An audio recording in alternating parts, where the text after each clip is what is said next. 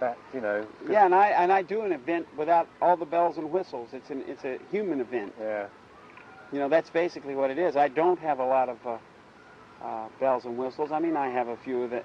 You know, I deal with technology. I like, you know, we have some interesting lights, but they're not the show. Yeah. You know, the lights are not the show. The people are the show.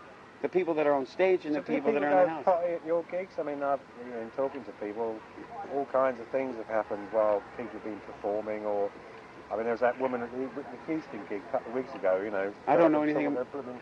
Oh, they do that all the time, but all this, you know. they do that all the time. But I never see it. I never see it. The lights are coming above and below. No. It's like everybody else on stage always sees it. The only time that I've ever seen anybody, and I mean, they take their clothes off all the time at my show. And I've never, people, I'll come back and they go, "Did you see that girl in the front with her top off?" You know, and I'm going, "No, I missed that." The only time the drummer, I'm sure. No, the guitar players, everybody, my wife, the singers, everybody would, and I never see it. The only time I ever saw it was there was one girl, and it was really disgusting, as a matter of fact, took all her clothes off and got the guys in the front to hold her up, spread eagle, looking at us, all of us on stage. Oh my God! I saw that. You can hardly miss it. Yeah, and then another time I had two girls hop up on stage without any clothes on. So instead of losing focus in the middle of the song, I brought them into the song and used them as part of the song so that the song remained the focus, not these two women, and then thanked them for their efforts and sent them back to the audience. I didn't let the bouncers come and sweep them off the stage. I just used them. Yeah. I just used them as another... I can imagine it'd be very easy to... No, I mean, I just didn't do, you know, it's like I'm so focused into what is the show and so focused into the performance that no matter what happened, they could bring Model World up on stage and I would use it, you know, and they could bring that swing set up in there and it wouldn't deter me at all. I mean, I could have the audience on stage and reverse it and it still wouldn't do it. So, I mean, you seem to get a lot of... I mean, the act is very theatrical. I mean, you're a it's theatrical. See what it is. Person. I mean, it is theatrical. Movies and things, but it's theatrical in its attitude. Because if you say the connotation of theatrical, it sounds pretentious, isn't it? It sounds pretentious. It also sounds cabaret, and we're not doing cabaret. And it also makes it sound like we're doing Oklahoma or, you know, the Night of the Iguana or something, you know. And we're not doing that. What we have is a theatrical attitude, and how that's explained is if you go to concerts, and I go see bands. I mean, I don't listen to music so much, but I do see live shows a lot. I would much prefer to see them live as on record. Yeah. I get more of an instinct to who they are as performers live than, I mean, anybody at this stage of the game, anybody can make a record today. You know, because you can make people sing that can't carry a note, can't carry a tune, sing a melody just by pressing the buttons. Yeah, pressing buttons, you know. And so what I mean by that is, if you see somebody live, and it's like, let's take a guitar player who's going to come forward and take a solo, where you see him. First of all, you might know the music, so you might know that the solo's coming, so you might be able to see him, and you can see him in the middle of the song prepare himself for the solo. Yeah. And he'll come forward and he'll take his solo, and he's flexed, and he's this, and he's styled, and he's that. And the minute the solo's over, he steps back. But the first thing you notice is, watch it next time you go to the show, and they do that, is he'll relax. Everything about him will relax. See, if you're watching an actor, go to a play and watch an actor for a whole act. It's always this way. It's always there. And it's never this. The tension, the spring is always pulled. And that guitar player, then they'll relax. And then they'll turn around and they'll saunter back to where they were. So in other words, it's only for that particular few seconds did that guy enter the world of what is theater. Because did he enter... Because anytime you walk on stage, you're in the world of theater. No matter, I don't care if you're in the arena, if you're outdoors or whatever. If somebody's part of a backing band, because you see that. You see in a jazz band, a bloke will stand up and and he'll sit down. And to all intents and purposes, he might as well not be there. I mean... Yeah. So I think even if... And I know that jazz musicians would even go, well, I'm about the music. I'm not about...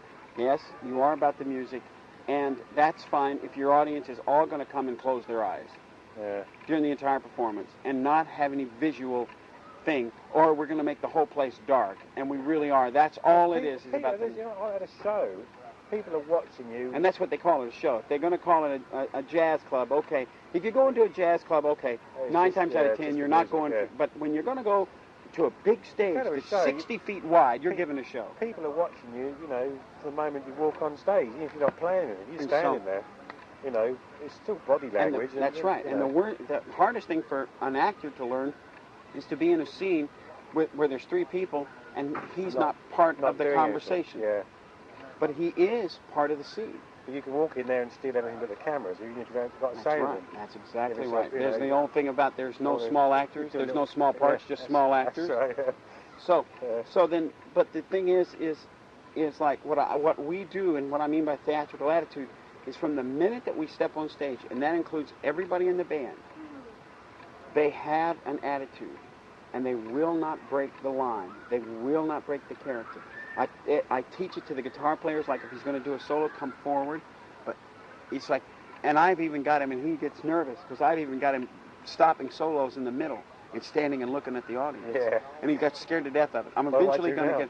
Yeah, and I just said, you just stand there and look at them. Just don't move. Just stand there and look at them. You're defying them. You're pulling the spring. You're causing the tension. You're causing the audience... Because I like to take the audience through every phase that you can possibly be. I like for them to be sad. I like for them to be happy. I like to make them angry. I like to make them nervous. But you've got to reach out and get them, haven't you? I mean, how I describe it. How I describe me walking on stage is I walk on stage and I grab them by the throat and I don't let go of them for 2.5 hours. Yeah. They're mine, and they paid me to do that. It's sort of like going into one of those sadist masochist clubs. I mean, audiences kind of, if a band walks on stage in front of an audience sitting there, I mean, the audience can pick up fear like dogs can. You know? Right. So some people just walk on and go like, wow, and they exude. But other people, you've got to actually work your balls off to do it. But see what you do, see what you just described. Let's say what you just described. Now, see, there's a technique that guitar player, if he decided to learn, instead of having to do what you just described. There's an actual stage technique. There's an actual stage direction. There's an actual There's an actual stage thing that he could do where he didn't have to just work on these 3 and then these 3 and these 3. You can encompass the whole thing, and it's not difficult to learn, and it makes it for a better performance.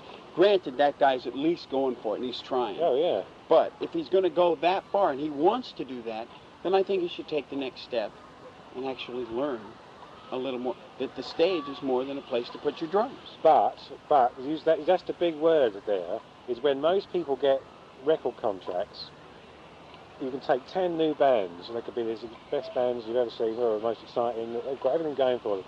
10 new bands. Out of those 10 bands, maybe one band has something in it naturally, which is going to make them, they're just, whatever they do, they're going to do well, right?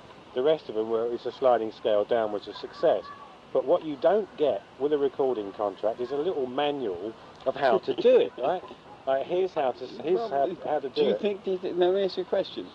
Do you get a manual with life? Oh yeah, very true. But there's also very few people are willing. Some do it by default to actually learn how to do it. They're going to learn how to make a record. That's right. But those people, where they go on that Japanese bullet train, they crash into a wall real quick. Yeah. You can tell the people who are still here and are smart enough to be around and who have decided, okay, I want to go out and I want to do this and I want to learn about it. They're in there for the long haul. Yeah, and that's what it takes. So I'm sort of like, when I'm talking to you and we do this stuff, and I'm hoping that somewhere along the line that some guy that's doing this that really cares will pick up the print and go, I never thought of that.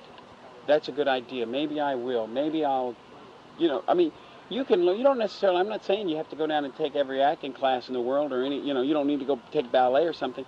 But if you just went down to the, and not even to the West End, go into the plays where they're making, no money. Yeah. And watch the craft and go see one play and watch them, and then go catch some plays. Go see if you can figure out what the director's done with this staging. You can. You can. You just have to start. It's like anything. It's like having to, learning how to build a house. Yeah. You can read about it, but until you actually do it. Yeah. About time. Okay, 1 second. Let me just finish this thought, Jeremy. All right. Until you actually go do it, you can learn the technique, but then you got to develop and you got to do it. In America, they have schools of performing art, and then over the last few years, McCartney's got this big deal about his Fame School and George Martin and that, and putting something back in. You can learn how to be a roadie or a tour production geezer or a tour accountant, and you can learn to make records and learn to sing and dance as well. Right. I mean, there's always been theatrical schools in Britain, but certainly this is the first time there's been something that specific. I mean, is that something you'd encourage? Or is Yeah, absolutely. I didn't even know that existed. Well, I didn't even go teach there. Paul McCartney and George Martin, your people. I mean, I think it's supposed to start up. It's either the end of this year or the beginning of next year. I would love to go teach rock stage technique, because there definitely is that. There's a rock. I mean, I know it sounds very technical and very clinical, but it doesn't have to be. It's like the best thing to do would be to teach focus. You just teach very basic kind of instincts, sight lines. But sight lines are what production managers walk up and tell bands about. And production managers walk up to me and go, the sight lines are bad here. And I'm going, well, they're not. I said, it depends on how you stage it. I said, if you stage it a certain way, the sight lines are perfectly fine. And they look at me like, what? And I go, it's all in how you do it. It's how you do it. It's the technique. Go away now.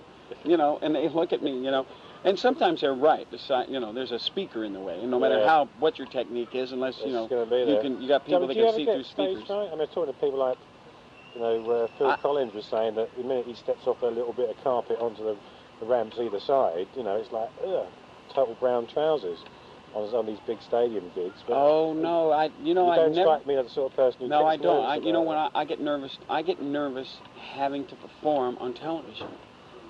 Really? That's where I get nervous, because... Well, that's your one shot, isn't it? You haven't got an hour or 2 hours. Yeah, that's right. That's exactly right. And I always... There's a these people... I'm always very envious of these people, and most of the time that's all they do, so they're able to pull it off in 4 minutes because that's all they do. Yeah, but for me, I don't think in that scope. I don't think in 3-minute segments. My scope is I think in 2-hour segments. Yeah. So to pull a piece of something out of there and project what I do in 2 hours in 4 minutes is like, it's frightening to me, and that's where my fear comes from. How do I project what I do in 2 hours in 4 minutes? Now, I didn't do a bad job on Top of the Pops the other night. It took me 5 minutes and 20 seconds though, but it was like, that was one of the best I've ever done, and I was very pleased with that. You know how to do it now. Well, I'm getting a tape, and I'm going to study the tape. That's exactly what I'm going to do. I'm getting a tape of it and going, all right, now what did I do here? What exactly did I do, and how did I do it? So I want to look at that. It won't be clinical. It's not going to be, the study will be clinical, but it's like anything. If you're going to take a golf lesson, you go take your golf lesson, right? And the first thing they tell you is like, don't try to take the lesson on the course with you, because now you've got to be a free-thinking guy again, and you need to do it. Take the lesson when you it takes practice. You need to practice with it. Okay. I got to go. I got a plane. You're welcome. I appreciate it. Good stuff.